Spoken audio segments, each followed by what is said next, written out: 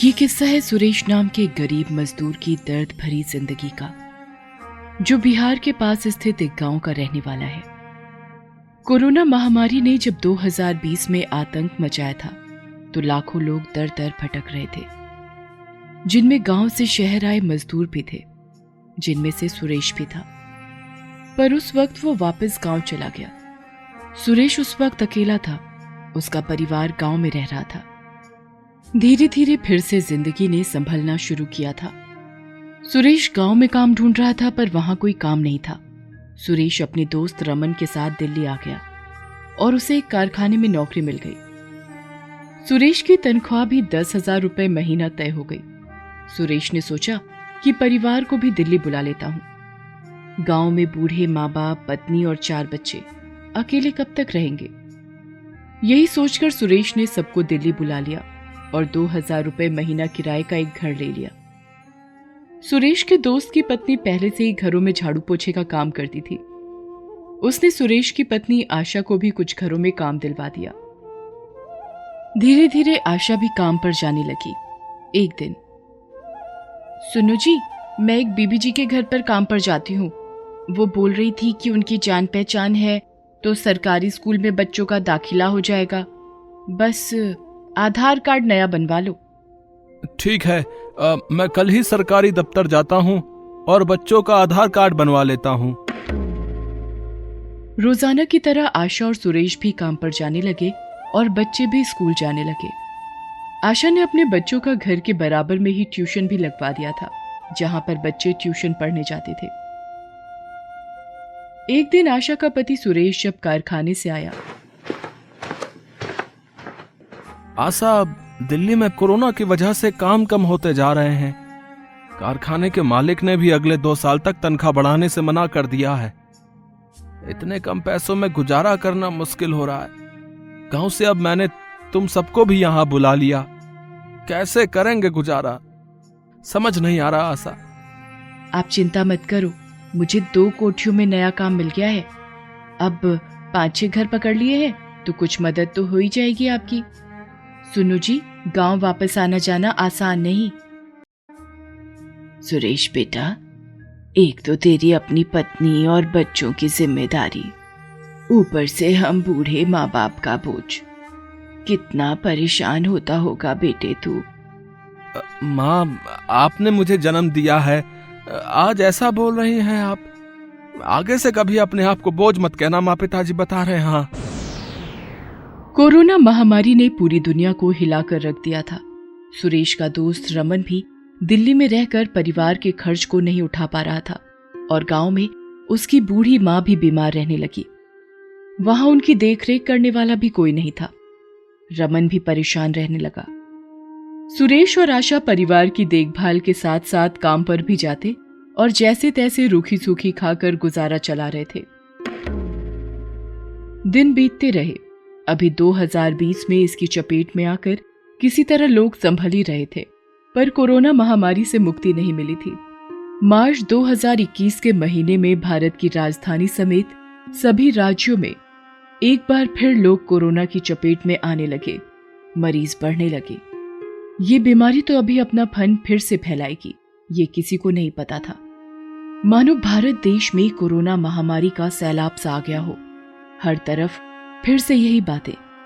एक दिन जब सुरेश कारखाने में था, वहीं उसने एक खबर सुनी। सभी मजदूर ध्यान से सुन लें, कल से दिल्ली में लॉकडाउन 2 लगने की घोषणा हो गई है। पता नहीं ये लॉकडाउन कितने दिन रहेगा। कल से कारखाने को भी बंद कर रहा हूं, ठीक है ना। पता नहीं अब कब खोलूं, क्योंकि मरीज बढ़ रहे हैं भाई, इसलिए हमें भी काम बंद करने के आदेश मिले हैं सरकार की तरफ से। सुरेश घर आ जाता है और आशा को सारी बात बताता है। दोनों परेशान होने लगते हैं। सुरेश और रमन दोनों का कारखाने जाना बंद हो गया। तनख्वाह के नाम पर कारखाने के मालिक ने बहाना कर दिया कि काम ही नहीं हुआ, पेमेंट ही नहीं आई तो सबकी तनख्वाह बाद में देगा, वो भी पता नहीं कब। अगले दिन आशा घरों में काम करने गई होती है। आशा, मेरे पति बोल रहे हैं कि शहर में कोरोना के मरीज बढ़ रहे हैं, इसलिए तू भी अपना हिसाब कर, जो भी 10-15 दिन इस महीने के तूने काम किया है, कल से मत आना काम पर। ये मुसीबत का पहाड़ हर घर से आशा और रमन की पत्नी दोनों पर उस दिन गिर गया। कोरोना की वजह से फिर एक बार हर कोई डर डर कर जीने लगा। सुरेश और आशा के साथ साथ रमन और उसकी पत्नी का भी काम बंद हो गया। जब सुरेश और रमन ने देखा कि हर तरफ त्राही त्राही मच रही है, अमीर से अमीर पैसे वाले लोग अपने परिवार को नहीं बचा पा रहे, ऑक्सीजन सिलेंडर और हॉस्पिटल में बेड की किल्लत से पूरी दिल्ली परेशान है, लोग सड़कों पर इलाज के बिना तड़प रहे हैं। इस बात से सुरेश अपने परिवार में बूढ़े माता पिता की तबीयत को लेकर परेशान हो गया। सुरेश ने सोचा, अगर उसके माता पिता को कोई परेशानी हुई, उनकी तबीयत पर असर पड़ा, तो उसके पास तो इतने पैसे भी नहीं कि इलाज करवा पाए। उसने आशा को कहा, आशा सामान बांध लो, हम वापस गांव चले जाएंगे। अगर माँ बाबूजी को कुछ हो गया तो मैं उन्हें नहीं बचा पाऊंगा।